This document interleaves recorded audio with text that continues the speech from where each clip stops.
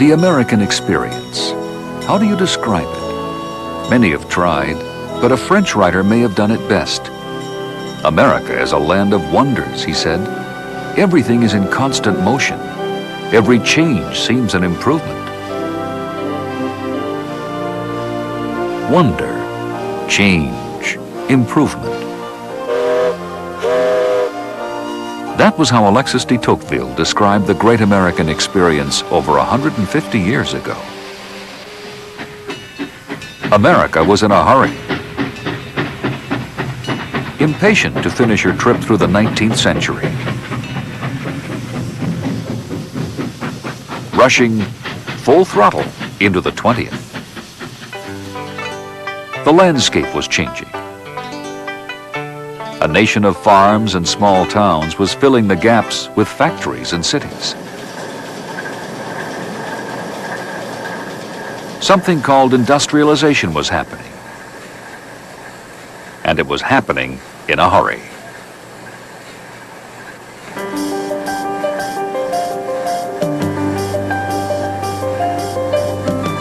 In Dearborn, Michigan, there's a unique indoor-outdoor museum where over 1 million people a year take a magic journey through 300 years of change.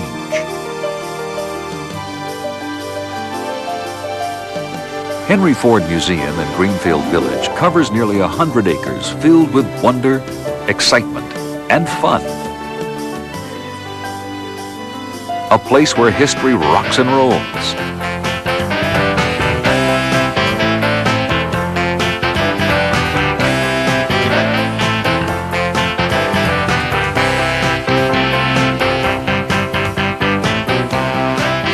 Henry Ford Museum in Greenfield Village, a place where history sings and swings. People actually come in here and want to order food.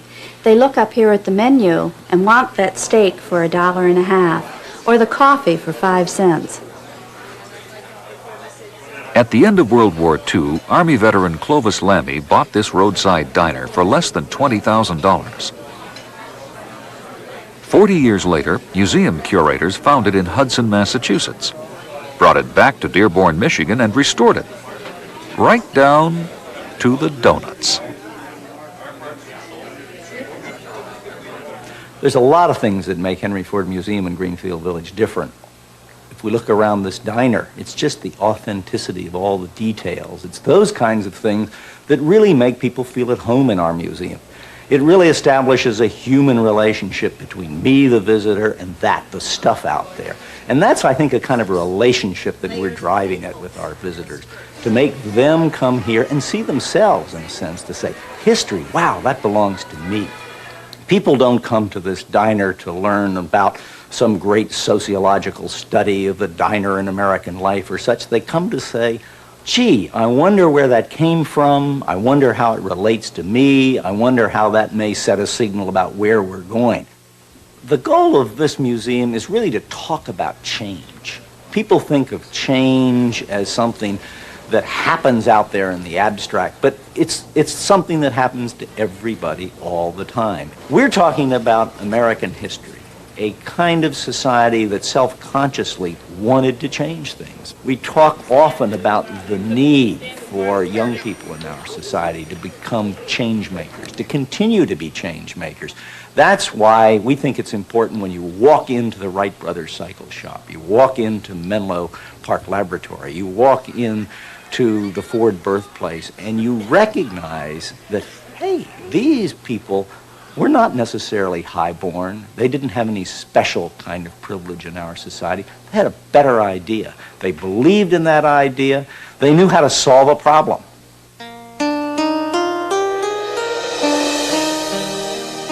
What Henry Ford Museum displays, Greenfield Village brings to life in the original context. For example, the Menlo Park compound, where inventive genius Thomas Edison developed the electric light bulb. Its bricks, boards, dirt, and even some original jars and wire, all carefully, painstakingly moved over the miles from New Jersey to Michigan.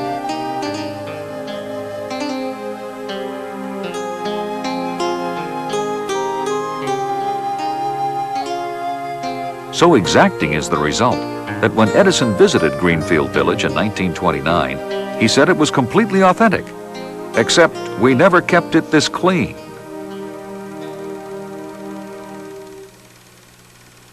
As you enter Edison's laboratory, the great American experience becomes personal and emotional.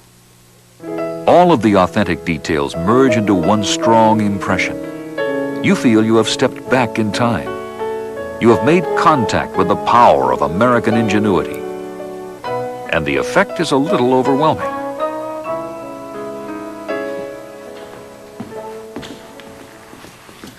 I suppose you're wondering why I'm not going to sit in this chair.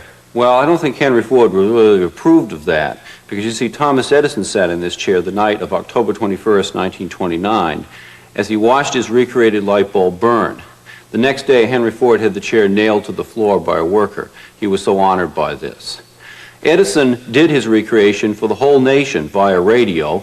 Gay McNamee, the announcer at the time, explained each step as Edison proceeded in recreating his light bulb. And what a climax! As you know, the entire world is celebrating this epical event tonight. If you are grouped about your radio under the flickering lights of 1879. And now the lights are springing up on all sides, the modern lights of 1929. If you look around this laboratory, there are thousands of different objects like this light bulb. Many of them were invented by Thomas Edison, but most of them were not. Most of them he purchased elsewhere, either from machinery dealers in Newark, New Jersey, or from laboratory apparatus people in London. The point of the matter is that Edison assembled all of this stuff, tens of thousands of objects, to help him invent things. This place has been called an invention factory. And really, in the end, it was the factory that was Edison's really his greatest invention.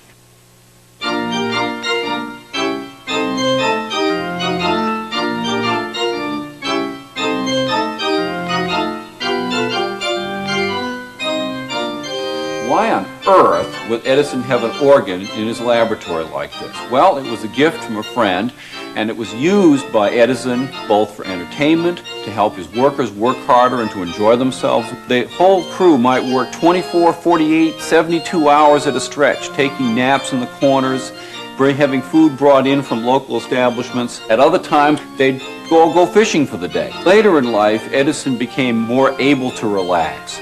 He and some of his friends like Henry Ford and Harvey Firestone or John Burroughs would go on trips. They called themselves the Vagabonds.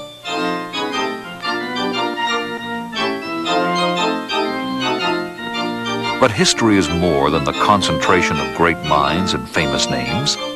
History is what happens to people, all kinds of people.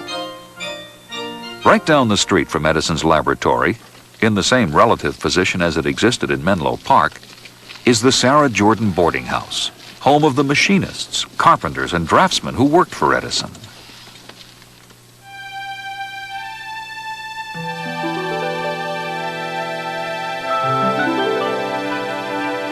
In the parlor, playing cards and a cribbage board are on the table.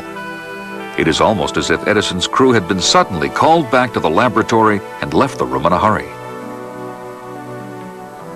Upstairs in one of the bedrooms, Kate, Sarah Jordan's maid, recites a typical boarding house lament. Oh, I don't know if washing or cleaning tires me out more, but it's the day to clean and I best get finished. This is a museum about history, and we have historians on our staff, and hopefully we do good history. But we don't expect the visitors that come here to be historians themselves. We expect them to come and be participants in the process that goes on around them. One way to do this that we found is quite successful is to begin in the present, to allow people's experience to inform what it is we do. A good example of that is our exhibit, The Automobile in American Life. The exhibit is full of automobiles, many of which are brand new or close to new, some of which the public will recognize instantly as antiques. Some cars that were futuristic concepts in the 50s and the 60s and now have come to pass or have become passé.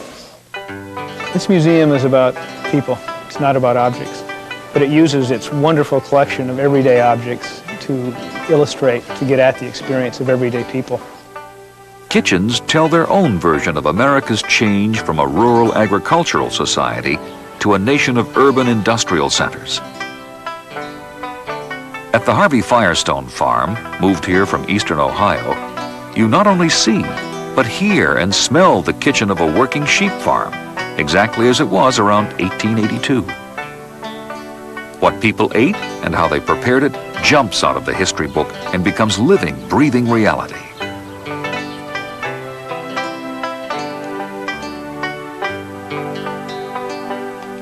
What we're representing here at the Firestone Farm is a very typical scene of the past, the small family farm.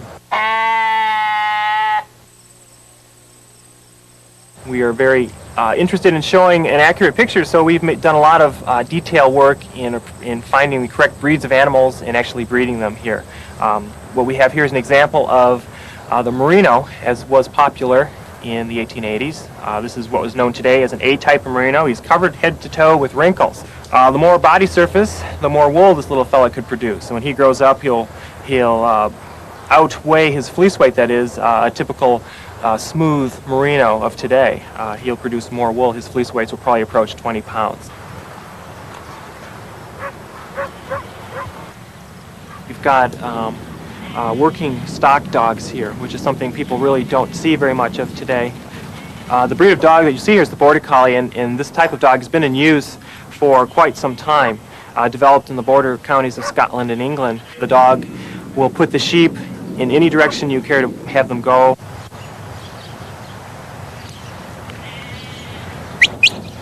Come on.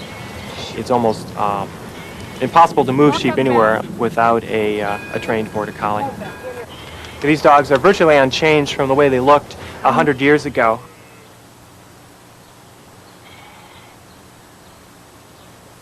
These are Percheron draft horses, which is a breed of horse imported from France in the early 19th century and was very popular in this country after the Civil War. These guys are being bred by the Amish, that's where we acquired them, to do actual draft work.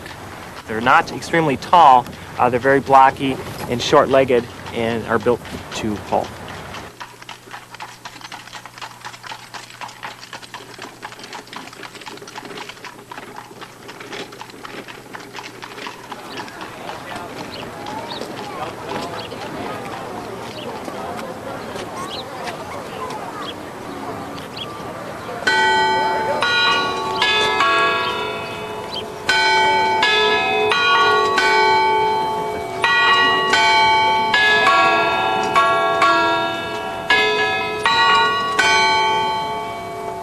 Time is constantly in motion at Henry Ford Museum in Greenfield Village, rolling backward and forward. You can go back 100 years in the short distance between the Firestone Farm and the Connecticut Salt Box. Back to the days when women cooked over an open hearth. In the Salt Box kitchen, you can catch the subtle aroma of drying herbs, sage, sweet marjoram, and thyme, mixed with the unmistakable presence of roasting chicken. Interpretation is basically the idea of communicating the past, the reality of the past, as accurately as possible. And we call it interpretation because there is really no one absolutely correct version of the past. It's how we view it through today's eyes. This has a different brim, different crown. Okay, let's see how that looks. And at that point, Mr. Brown would come up and say, "Okay, Mrs. Smith, let's get down to brass tacks." He would take her material, and those tacks would be exactly 12 Most of our inches interpreters apart. are not professional historians. They're people who have been attracted through their own personal interest or because they particularly like Greenfield Village and they want to be part of this place.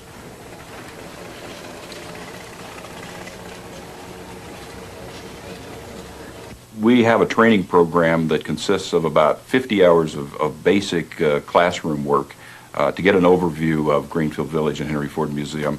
And then in addition to that, many of the people have been training themselves and training on the job for years and years to really get a complete understanding. And I think it's really an ongoing process of learning. We're all learning as we go along here. The total interpretive effort really requires the effort of almost the entire museum, because if you think about the kinds of details that are important in communicating that sense of reality, it does take everybody, including the people that create the period clothing, down to even the stitches that they use. This is a period clothing department, and this is where we make the clothing that is worn by the interpreters. Most museums and historic sites have one era, one time period to focus on. Here we're putting people in clothing from 1760s all the way to the 1950s. Well, why don't we try it out? One of the most fascinating things about working here is seeing clothing that you most generally see only in books and in museums, actually on people. Color blends well and everything.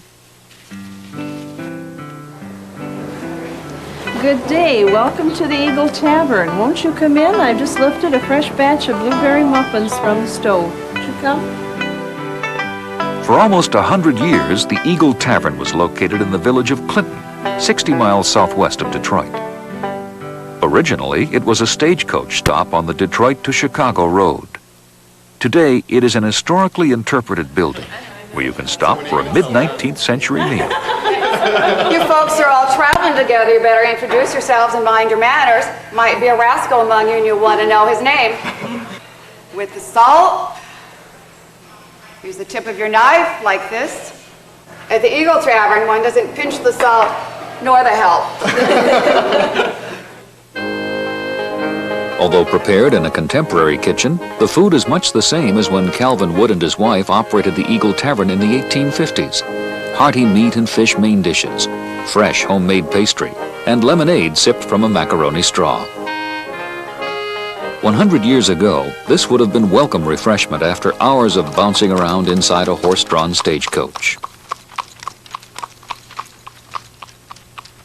I suppose you can get seasick in something like this. It has leather straps instead of springs, which would cause it to roll as you were riding along a bumpy road. It is an Abbott and Downey Concord coach, and it has been in our collection since about the early 30s. And we've been working on this, in conserving this piece for roughly a year. What we do here is conservation rather than restoration.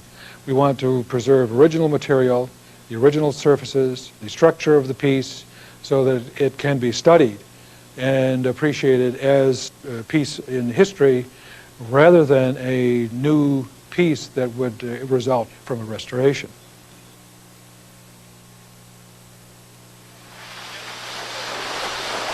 Everything is in constant motion. Motion means power, and many of the changes in the lives of people were related to the transition from animal power to steam.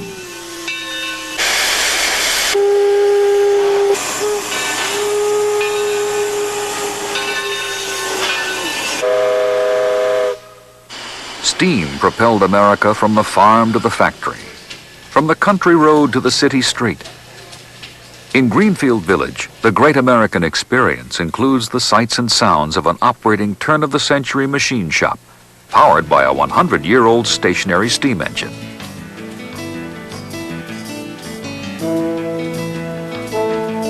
Back in the 19th century, Armington and Sims made steam engines in Providence, Rhode Island.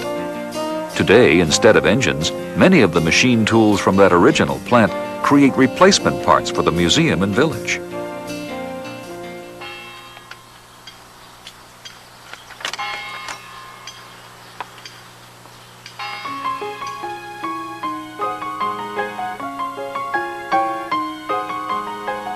Individually, the pieces of this great American experience make up a staggering collection.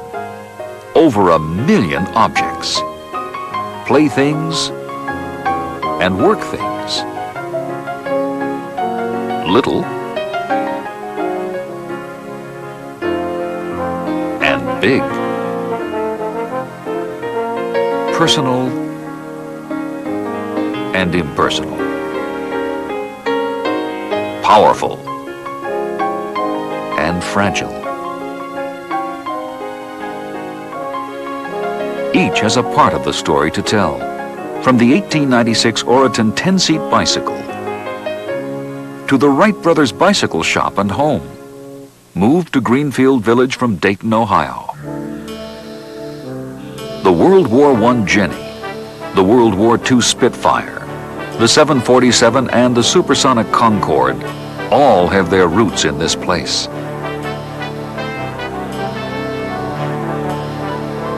But standing here, the everyday experience of flight fades into some distant future, waiting to get off the ground.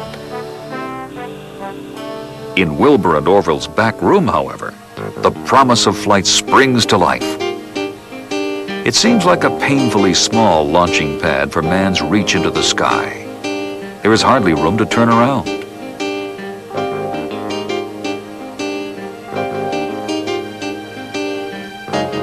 You feel the presence of these quiet, unassuming brothers.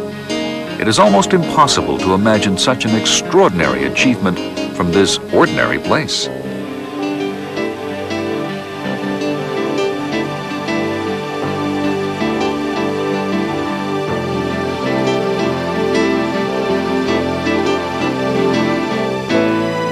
There is an uncanny similarity between the Wright brothers' workshop and another Greenfield Village building, a plain Midwestern farmhouse with a famous history. Henry Ford was born in this home in 1863. In 1919, the home was going to be torn down because they were widening a road. That's when Henry Ford decided he would have this moved back from the road and preserved. He did that as a memorial to his mother, who died when he was just 13. Also, he felt that people should be able to see how ordinary American people lived. So this is a very good example of a Midwestern American farmhouse. This is his very first attempt at historic preservation. I think the reason people see our museum as redefining what a museum does and the way a museum does it really relates back to some of our original history. When Henry Ford first established this place, he was kind of a pioneer. There were lots of museums in the United States, but he wanted a different kind of museum. Here was a man who could have afforded old master paintings on a giant scale. Instead, he collected toasters, typewriters, automobiles, steam engines, agricultural equipment, all these kinds of things. So he was trying to find a concept of museum that would reach out to people more dramatically. And dramatic it is. A trip to Henry Ford Museum and Greenfield Village. This journey through the ever-changing American experience is never the same twice. Depending on when you visit, you may see anything from a transcontinental solar-powered automobile to a hot air balloon.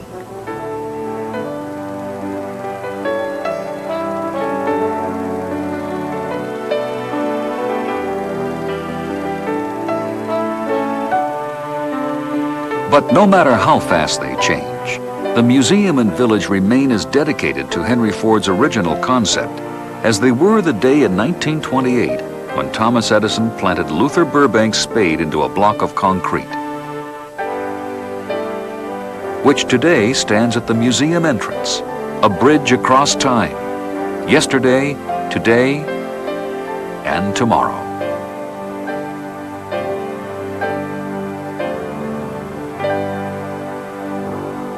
Came back 20 years from now, I think you'd find a very different museum, and in many ways the same museum.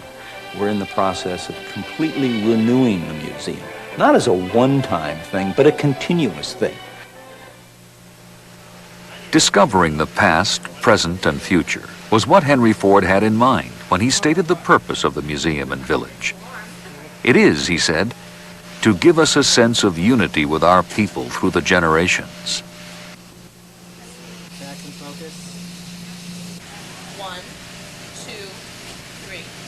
The information generation comes face to face with a dramatic moment belonging to another generation.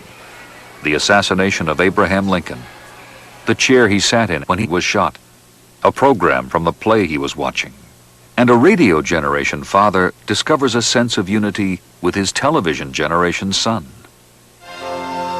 Henry Ford had something else in mind, something which young and old discover in abundance, an almost childlike enthusiasm that goes with the inspiration of American genius.